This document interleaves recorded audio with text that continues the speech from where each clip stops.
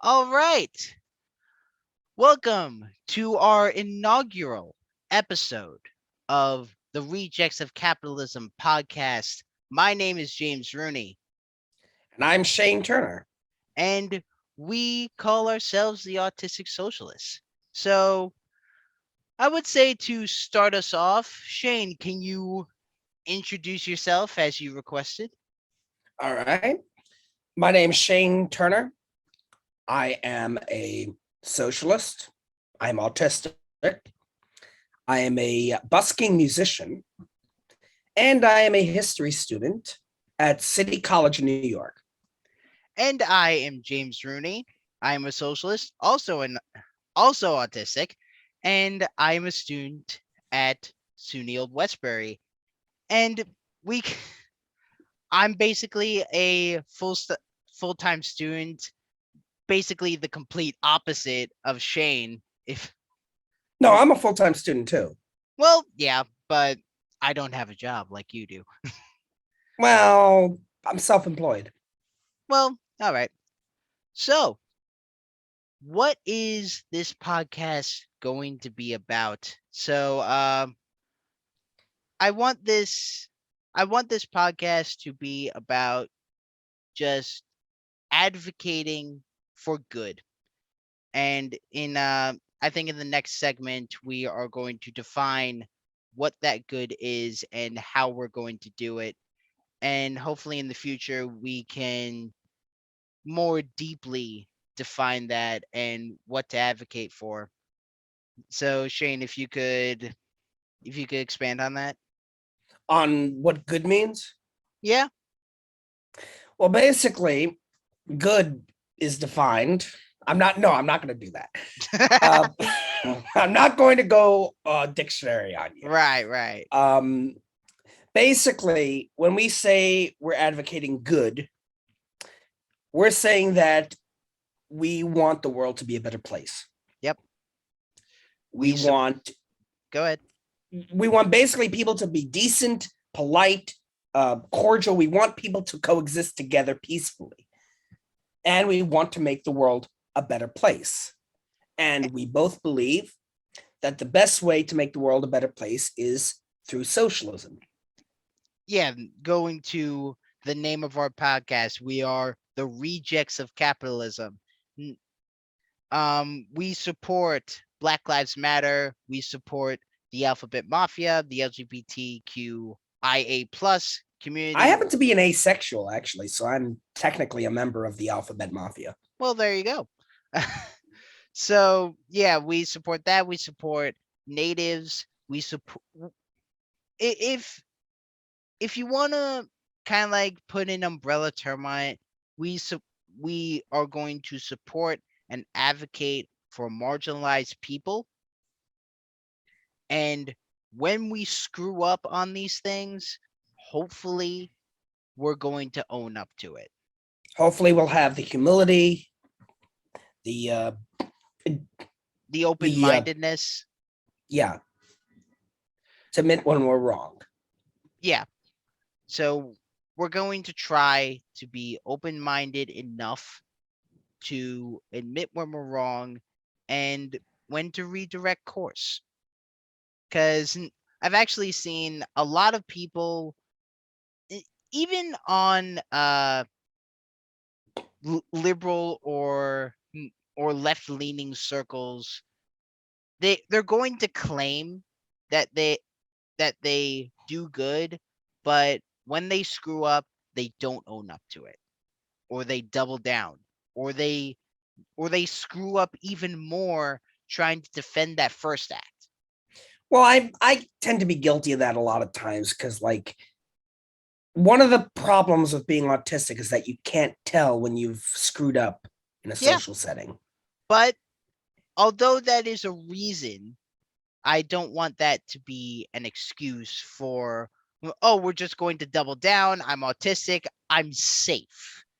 Well, the reason I'm saying I'm guilty about that is because I've had situations where I think I'm saying one thing, but it's being taken in a completely different way. And then before long, the entire situation is melted down, and I don't even know how it did. Yep. So like So miscommunications happen a lot with me. right. So um I don't even want to say, oh, bear with us. Like, no. Hopefully in the in this little journey we are embarking, hopefully we can learn to own up to shit and shut the fuck up. Hopefully. Yeah. Like, hopefully we'll know when to just step back. This is not our time to talk. Cuz Well, that technically right now is our time to talk. well, yes, because It's our podcast. yes, it is our podcast, but if people ask, "Oh, you're going to talk about this thing," and it's like completely beyond our scope, either we don't know about it or it's just not our place to talk about it, hopefully Yeah. we can just shut it down there. We're not like we support marginalized people such as efforts by indigenous people, but we're not knowledgeable on indigenous people. Yeah. So Mm, we're not going to talk about about the struggles of indigenous people in America or Canada because we are not at all informed about that, but we do hear stuff about it. And right. what we hear disturbs us. However, if like if natives do say, hey, there's this, and this has actually happened a lot in the past few years, uh oh, there's this pipeline being built on sacred land, spread the word as much as possible, we're gonna do it. The one I heard recently was that like there was a scalping law in Canada that's still on the books and that It's there's an still effort on to the books. still on the books. My God. Yeah. Like there was And like one of my friends on TikTok sent it to me and I'm like, it's still on the books. oh wow. So Like the least they could do is nullify that law, you know. like, yeah, damn. So going back to the whole pipeline thing and relating to knowing when it's not our place to speak, this is also going to be a place where nuance thrives. We understand that the world is not a black and white place. Mm, But I would also argue that simplicity is always the best policy. oh, absolutely. When Nuance, it comes to explaining things, explaining usually complex concepts, which we're going to do here, yeah. yes, simplicity is the best policy, but we're not going to view the world as black and white. Well, the world isn't black and white. Exactly. And when it comes to my journey in politics, for example, either I've been guilty of that or political ideologies in general are guilty of that. Just seeing the world as black and white, no nuance whatsoever. If you are defined by this thing, you can't be anything else. No, Like we are basically, people. like basically, we are both leftists. We are Yes, both socialists, yes, but we are also both staunchly, I presume, we're both staunchly supportive of gun rights, right? yeah. But well, And here's the thing: a lot of leftists are supportive of gun rights yep. because we believe that the workers need to be armed in order to take over the ways and means of production. But Like there were also strikes that were when we literal are, wars. yeah, there were the battle at Red Basically, Mountain, for example. yeah. Basically, what I'm saying, you go further enough left, you get your guns back. Yep. So what I was going to say was gun rights with leftists is actually just a part of leftist doctrine. So that's not really a departure from leftist theory, but I also want to I want to make clear we are not experts. We are not historians. We are, yeah, we're just not experts or historians. Well, we're When, history students. We're yes, not. we're history students, and that's the part I want to focus on. Student. We are always going to be learning. Yeah. We're two schmucks in their 20s Yes, recording a absolutely. fucking podcast on fucking Zoom. Yep, absolutely. So we're going to get things wrong, and we are going to update when we are wrong. Like this episode is kind of like to be both an introduction and an hour-long disclaimer for what comes in the future. Pretty fucking much, yes. Yes. Like So, this is our warning to all the listeners, basically, to all our future subscribers and fans, yep, our future pray to supporters. That God. hopefully, Yep. like we will fuck up, Yeah, fuck but ups will occur, awkwardness will occur. When we but are wrong, we will own up to it. exactly, like we will do our best to rectify the fuck ups we do. And that's the thing, not even rectify. Like, just know when to step back. So Yeah, many people don't know how to do that. Like, they have to fix everything they just said. They have to make people like them. No. If we fuck up, we fuck up. We and James, I'll trust you to be like my what is the word? uh advocate. Uh No. Like you'll be the guy that lets me know when I'm going too far. okay. Yeah, I'm going to be doing that. So now that we got that out of the way, let's move on to our namesake, the rejects of capitalism. And we've said multiple times that we are socialists. And as I understand it, in American history, there is a very bad connotation to that word. It's the Cold War. Like, in the collective consciousness of Americans, socialism is the Cold War, the Cuban Missile Crisis, gulags, political prisons, uh, ideological purges. It's got a bad rap, and we understand that. But here's the thing. I don't think that the bad rap is justified because I've been studying the history. Yep. What Like there is we a reason why a lot of Americans are socialists. it's because, and this is our personal definition of socialism as we have experienced it. I want to make that clear.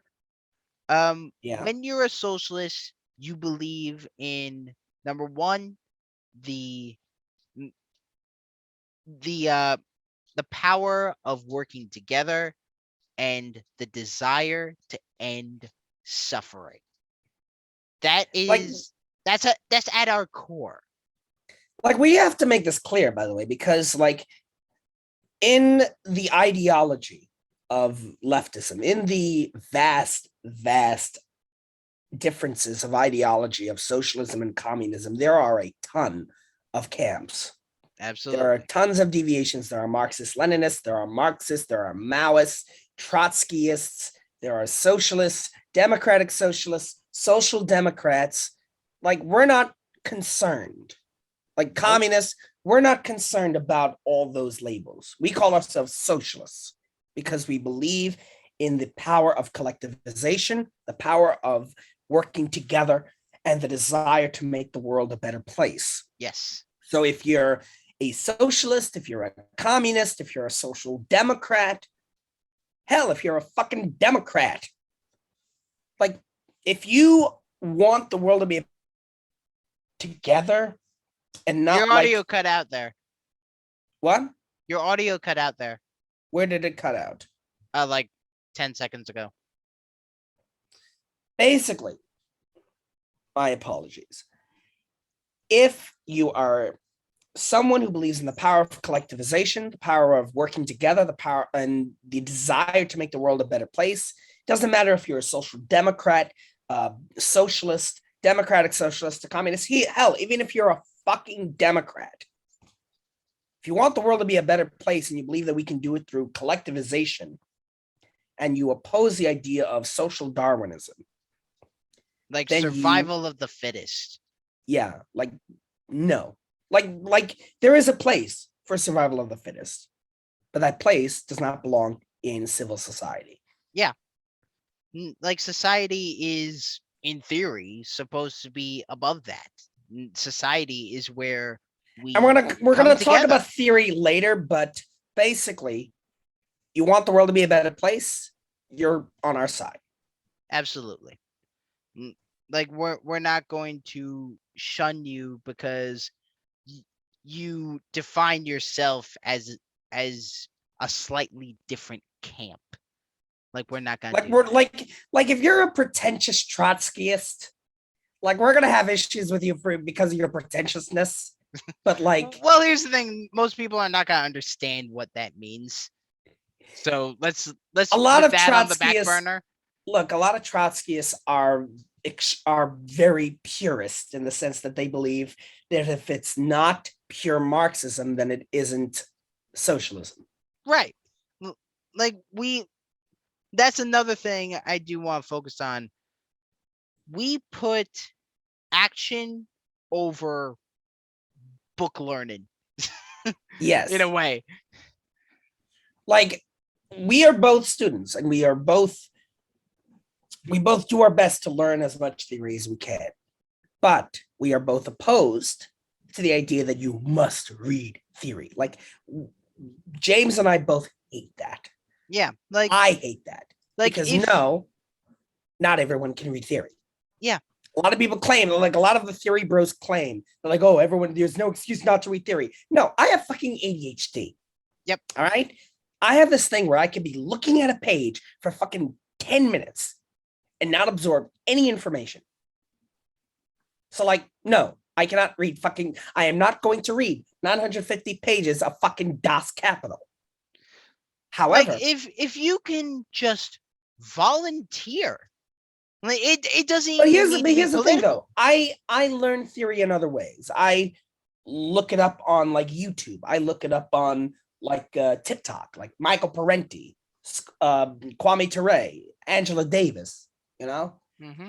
but theory is not the important thing. The important thing is action, actually doing shit. Yep.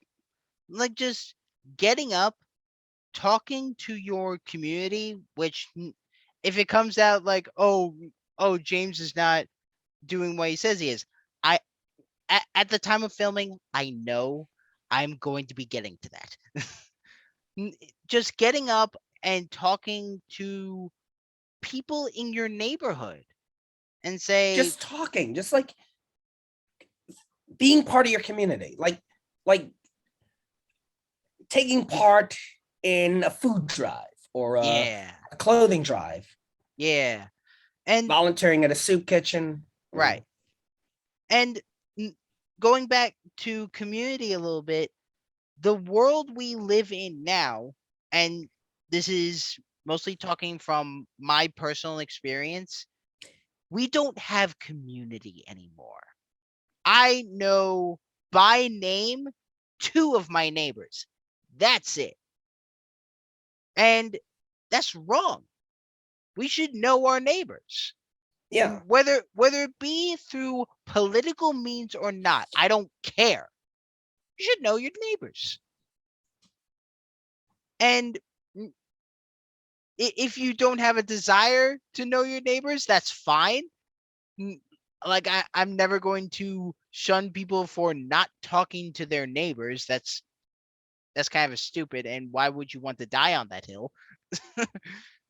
But if you have a desire to just form community, something that is so lacking in this country, and I'm not going to say it's absolute. I know there's a lot of flourishing communities in this country, but there is a there's a large amount of towns and cities where you don't know the person in your same building. And that's heartbreaking. In addition, in many communities, especially religious ones, there is a sense of tribalism Yeah. where, like, I lived this firsthand. I grew up in an Orthodox Jewish community, and I was the perpetual outcast. And I left that community because I dared speak out against what I saw was wrong. Like, this was after George Floyd. Mm. I wrote an article where I said that I think the cops are the bad guys here. The article was called "I'm Anti-Cop. Here's Why," and it was an article where I explained how police brutality was a serious issue. The police were abusing their power, and Black people were more likely to be the victims. I got such vitriolic hate from people that I grew up with, people who I considered friends and family. They came at me, they yelled at me, cameras in my face, cursing me out, telling me you should, like, they blaming me for cops getting killed, basically. And And that's the thing. I had to leave my community. And that's just what ended my participation in the Orthodox Jewish community. Like, I experienced abuse for not fitting in. Hmm. So, like, when we say we support community, we mean that we support the idea of community where no one is an outcast. Right. Right. If you And are an outcast in your community, then that means that you're a member of a different community. yeah. Like, let's say if you are an atheist in a religious community, you're part of the atheist community. Hmm. That's for an example. Right. And that's another thing I want to exemplify. Uh I would say for the most part, because I don't know to how many issues this statement is going to apply. Basically, when we say we are against something like cops or gentrification or what do you call it? Uh the treatment of immigrants at the border, I would say I would say almost every single time. Actually, no, I'm going to say it. Every single time we are not advocating for n- like we will never advocate for the killing of police officers because No. that I believe it's not individual officers that are the problem here. It is the system that they were trained in, that sometimes when it comes to cop families, they were raised in. They have a certain view of the world, and it's really hard to escape. It's really hard to escape. Like, you can't really do a lot of good, and this is a fact I found out, I believe, last year. You can't really do a lot of good in a type of organization that started off as slave catchers. The Not a first lot of people realize that, by the way. Yeah, the first police departments started off as organized slave catchers for runaway slaves. Not to say that that every officer, actually, I would say little to no officers either know that history or actively believe in it. But when you start off from there, that system that you work under, you as in a cop, you can't really do a lot of good, no matter how hard you do try. And But I here's an would, important thing to bear in mind, though. Here's an important thing to bear in mind about the police departments across the country. This has been known for 30 years at this point. Like Tom Morello knew this in the 90s, and this is Tom still Morello, true. love that guy. Love that Yeah. guy. Tom Morello knew it then. The FBI knows it now. And it's a very serious problem with the police departments across the country. Hmm.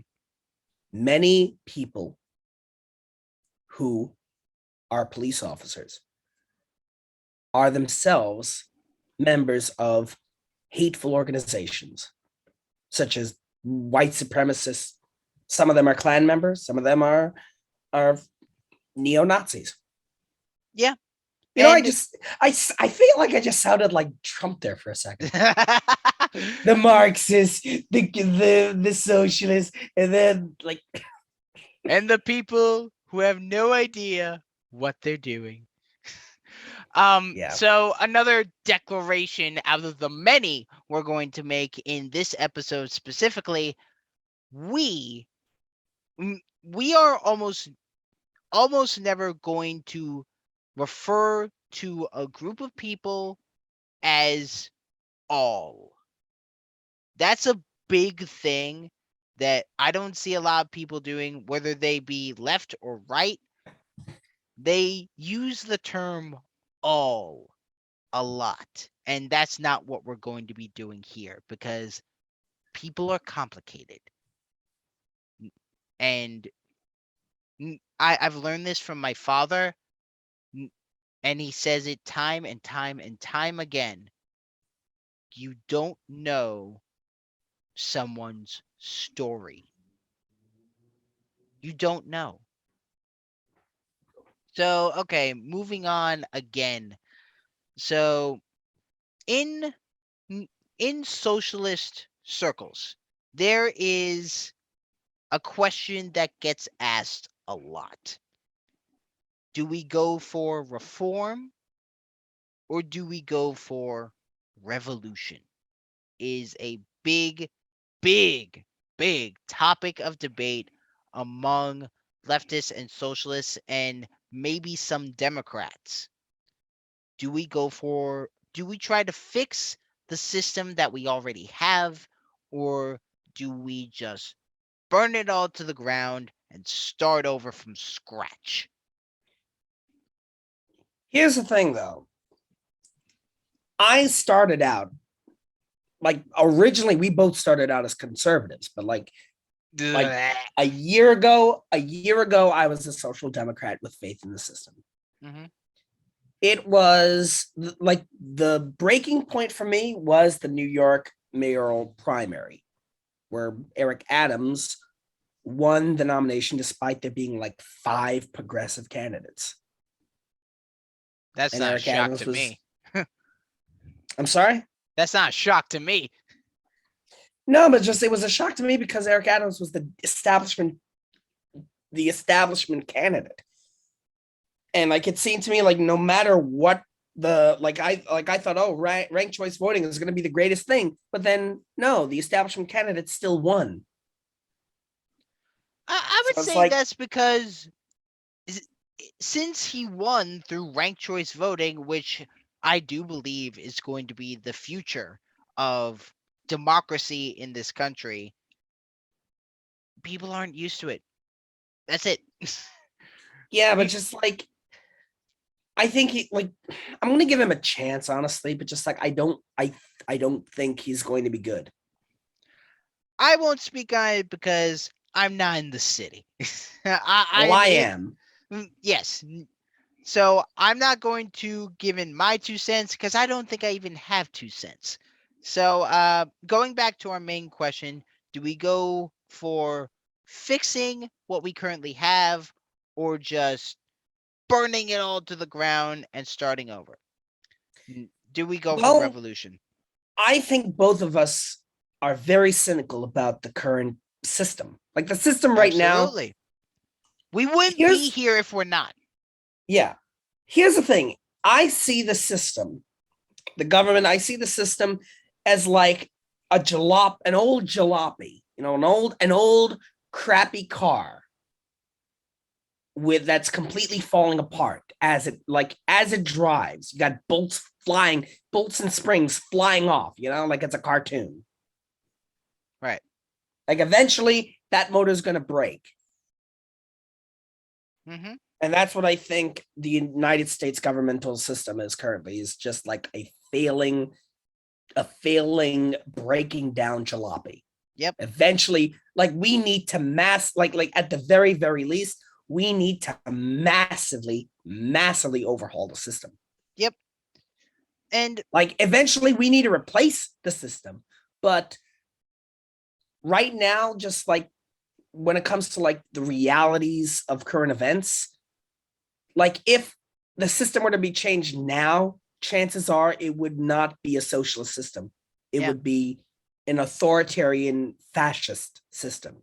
And that's yeah, because of the power that the Republicans have. right. So going back to the question that I do want to answer, to keep it in the most general terms possible, I am for revolution, but we're nowhere near ready for that. Yeah, like we're When not at the point where we can have a revolution and have it turn out successfully. You need to make sure that everything is going to go like we can't risk a counter revolution being successful. and not even talking about counter revolutions, we're not even organized in our own communities. I'm not organized in my community. I'm not well, as to the point of filming this, I'm not talking to my neighbors and just grouping together. I'm not even organized on that level. And I see people talking about organizing on a national level. Like, there was a trend on TikTok about, this national general strike. That was a complete failure. It was a complete failure because these people who claim to be in charge, they didn't organize. They left it to the people in, get this, their Discord group. Yeah, they left it to people in their Discord group to organize statewide. Like, there were private chat rooms for different states. And they wanted us to organize a general national strike with no union backing, talking to no powerful people in politics, nothing. So you want to talk about organizing on a national level when you haven't even talked to the people in the house or apartment next to you. Here's the thing, though. Even while that fake general strike was happening, there It were wasn't other fake. strikes. It just failed. Yeah, but like there were other strikes at the time going on that were very successful. Oh yes, Like absolutely. there was in particular there was the Nabisco strike, Yes, I and followed that very closely. I followed it. I boycotted like Nabisco at the time because I wanted like the union to come out successful. I did like for months. Oreos are my favorite cookie. And for a time, I basically just bought Hydrox, And like I didn't buy, I shied away from Nabisco. Right. Then recently there was the Kellogg strike. And when Kellogg said that they were going to replace the workers, I stopped buying Cheez Its, which are another favorite of mine. Mm-hmm. But then the Kellogg thing, when the union ratified the new thing, and I bought some Cheez Its. Yeah. And that's the thing I do want to support when it comes to how big in the current moment do I want to support. I would say the biggest when it comes to strikes or protests or quote unquote revolt is massive companies. Just holding them to account and treating their employees fairly. If you want to go big, start there. Like if you want to start big, go with companies. Like don't focus on what's going on in the country. Don't focus on what's going on in the country as a whole. Focus on your own backyard. Focus on chain stores. Focus on your Walmarts, your King Cullens, your whatever. You know what Focus I'm on boycotting that. right now? What's that? I'm boycotting like right now Starbucks because Really? yeah, Like Starbucks there was like because one to be that's unionized. that's what I'm saying that there was a Starbucks location in Buffalo, New York that became the first Starbucks to unionize. Hmm. So right now I am boycotting Starbucks until I know that there are locations in New York City that are unionized. Good for you.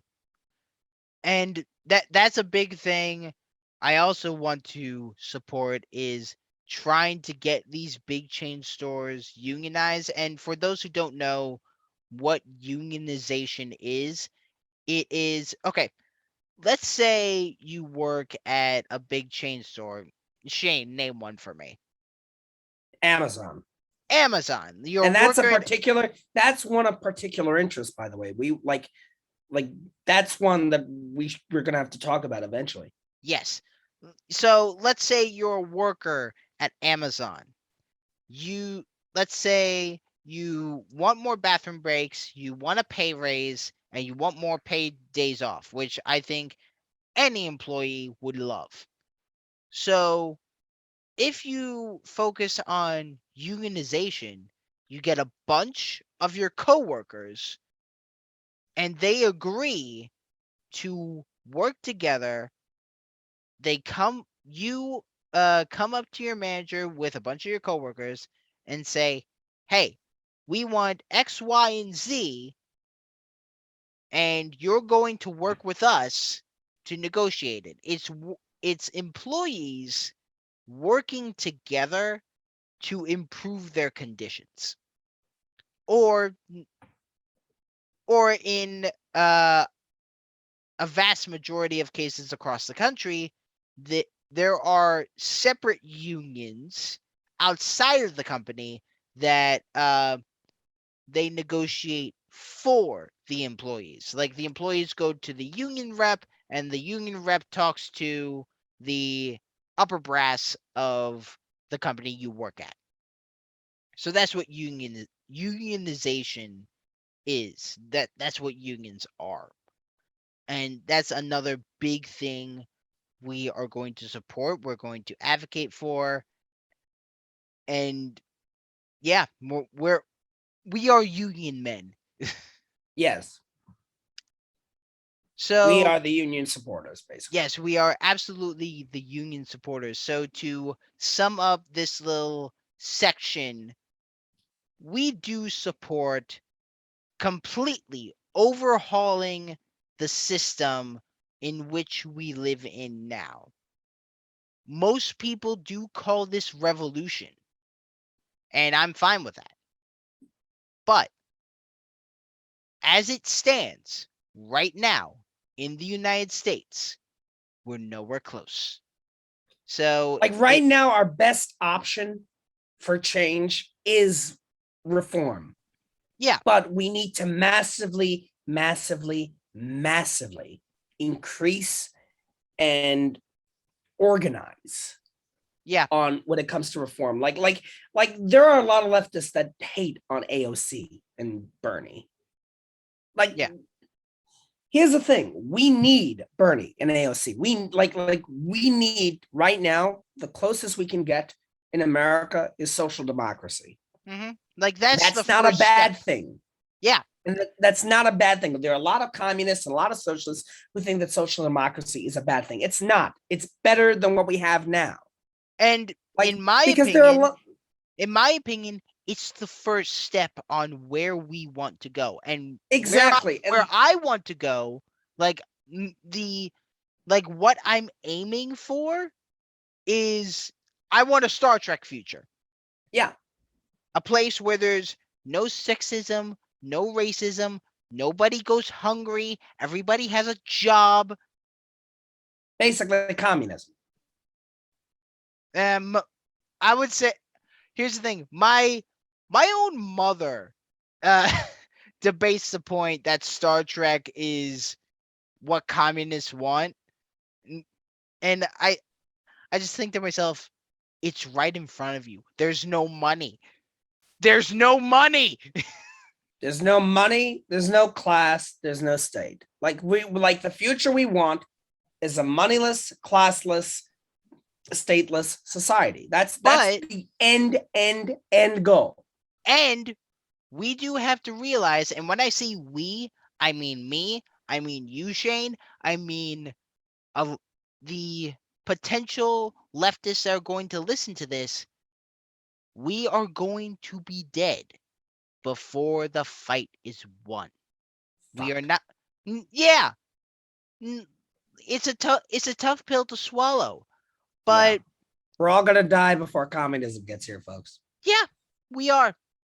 But we have to accept that, and it's not that it's okay, but it's just realizing the amount of work that has to be done before we see any sort of change. Look, here's the thing. Right now, the closest we can get is social democracy. Social democracy is just step one. And many communists, many socialists, they view like the fight for socialism and communism as an eventual trek to communism. Like the one thing we all agree on is that eventually we want a classless, moneyless, stateless society in which everyone is equal and that most struggle has been eliminated And the key word is eventually. So, eventually. right, But we're not there yet. That is eventual. Like right now, the best thing we can do in America is fight for social democracy. right. And So, social democracy, the next step from social democracy is socialism. right.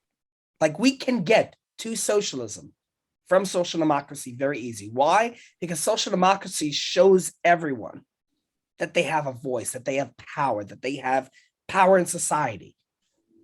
Here, here. So, moving on once again to our final segment before we wrap it up for the night. Um, I actually do have a list of topics that I wrote down. Our last segment is called Fuck Labels, Do Good, and We Have No Problems. Before we do, we should also bring up the fact that we also staunchly support worker co-ops and Yep, socialism on the smaller scale. yep. Little steps is the most important thing we can do right now. So, Credit actually, unions, co-op housing, yes, like we are going like when we finalize the business end of this podcast, we're going to be structuring it as a worker co-op. yep. And fingers crossed if we actually get people to pay and work with. Exactly. So, actually, moving on to our last section of the night, fuck labels, do good, and we have no problems. Yeah. Um, what we want to exemplify to listeners who maybe have a different sort of label. Maybe you label yourself as a Marxist or a Leninist or a Maoist or whatever. We don't care. We don't care what you define yourself as. Like, your view of the world is uniquely your own. If you engage in in what we define as mutual aid and direct action, like handing food out to the homeless, n- helping helping people. We don't care what you personally define yourself as. You you help people, you get our assistance, you get our support. Yeah. You know, one of my favorite One of my favorite direct action groups in New York City is What's that? there are these guys that like they go on the subway cars with like a little cart with sandwiches and meals and stuff, and they give it out to anyone who needs it. Like they're That's what we're amazing. talking about. Like they're literally there on the subway to feed the the hungry. Like Yep. even if you're not homeless, even if if they come into your car and you're hungry, like they will give you a fucking sandwich. They will give you a plate of food. They are amazing. Like I've donated to them and I've taken food from them. They are absolutely amazing. I've actually never heard of this group, and they do I don't even sound remember the amazing. exact name. All I know is that like they wear these gray shirts that said "Feed the Hungry," I think, Hmm. and they go car to car to car. I usually find them on the A train, and they just like, hey, we're here to help the homeless. We're here to help feed people. If you're hungry, we have food for you. Like, and if you want to help us, like we take donations, we take food and stuff. Yep. And if I have like a dollar or so to spare, I usually give it to them. But if like most of the time, I'm usually just hungry, so a lot of times they'll give me a sandwich if I'm hungry. Right. Um, So, Also, in what I do gen- is like go ahead. I also try to give to homeless people as much as I can. Of course, in New York City, there is a homeless crisis, so it's very difficult to give to everybody. Like you cannot give to every person. So And like yeah, that's something I do want to focus on as well. Um, like I'm assuming that there are absolutely people in this world. I was among them that shame themselves for not doing what we advocate for not doing marches or handing food out to the homeless or whatever. Um, if you have a physical or mental impairment, like you're just, let's say you just have anxiety and you can't handle being out in public and engaging with people, that's fine. Don't I do ever, feel don't ever shame yourself for what you can't do. Do what you can, what you have the ability to do. That's I do something I feel want to like this stress. is a very important place where I should actually make a very important point that we believe in.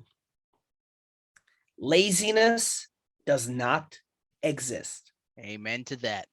Like they're like both James and I interact on TikTok, and eventually we will be posting snippets of our podcast on TikTok, and we hopefully we will interact with people.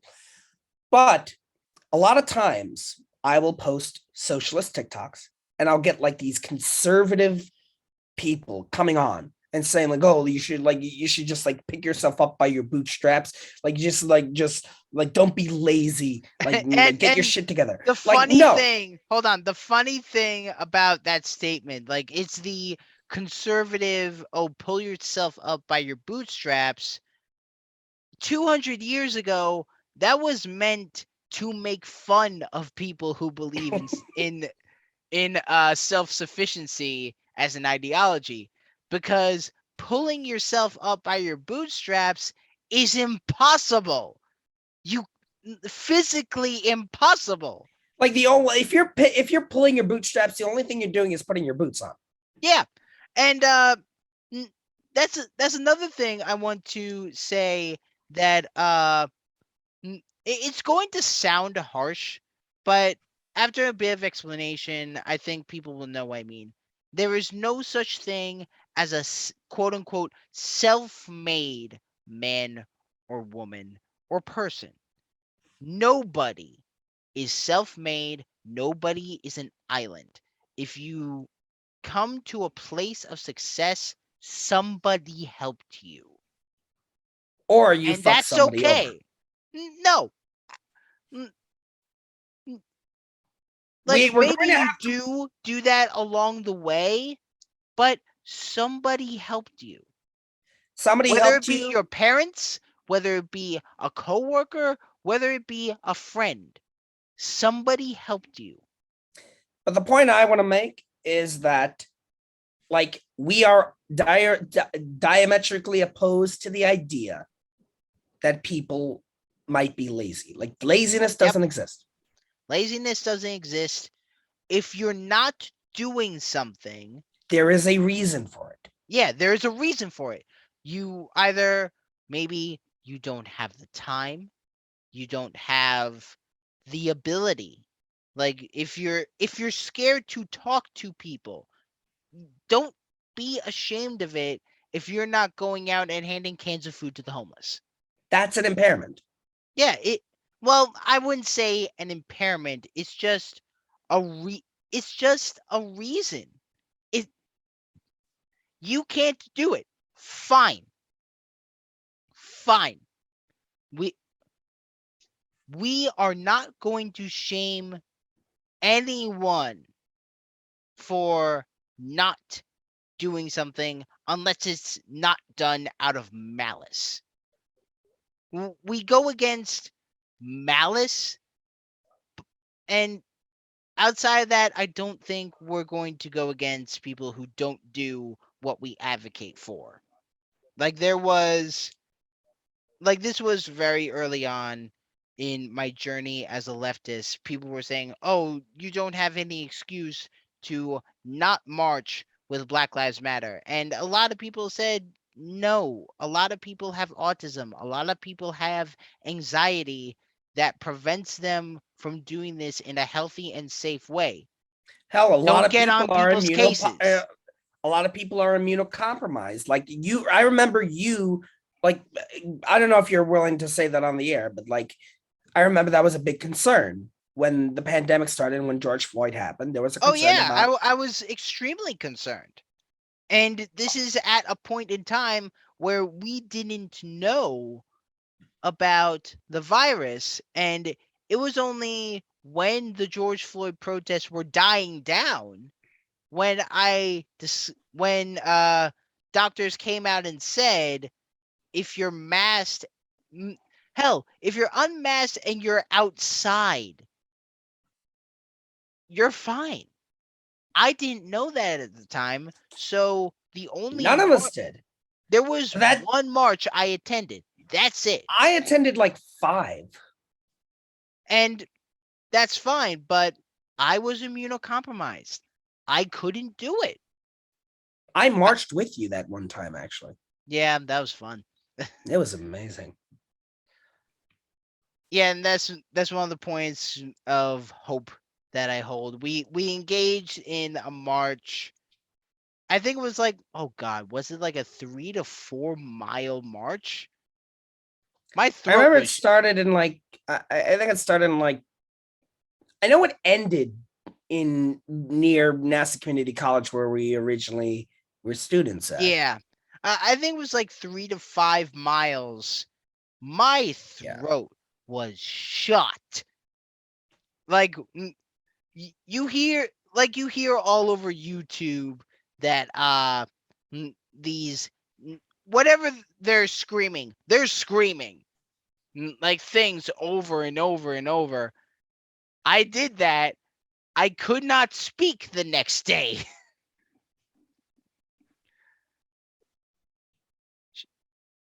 So, yeah. Uh so to sum up this section and I believe this episode, We still got 6 minutes. well, ah, I think we can wrap it up here. I don't think it needs to be an hour flat. Um, so to wrap up this section and this episode before like closing remarks, um, screw screw labels. We don't care what you identify with, as long as you do good. You got our support. And if you don't do good, don't shame yourself for it. There are a million reasons why someone it could not be doing something. And we're So never long, going to shame anybody. look, it is okay to stand on the sidelines and do nothing. It is okay to not do something if you're afraid. It is okay. Hmm. So long as you're not as you said it earlier, James, as long as you're not acting in malice. Yeah. Like if you just like stand on the side and cause no harm, that's fine. Yep. Being So proactive, being proactive admittedly is the goal, but it's okay not to be proactive. yeah, we are not going to know your story, and we're not going to judge you for it. So I think this is a great time to wrap up. I am James Rooney, And I'm Shane Turner. and this has been episode 1 of the Our Reject. premiere episode. Yes, our premiere episode of the Rejects of Capitalism podcast. Hopefully, we will be posting on a regular basis, At the and very least, weekly. at the very least weekly, and we'll hope to see you soon. Thank you so much. Hope to see you soon. Don't forget to like and subscribe.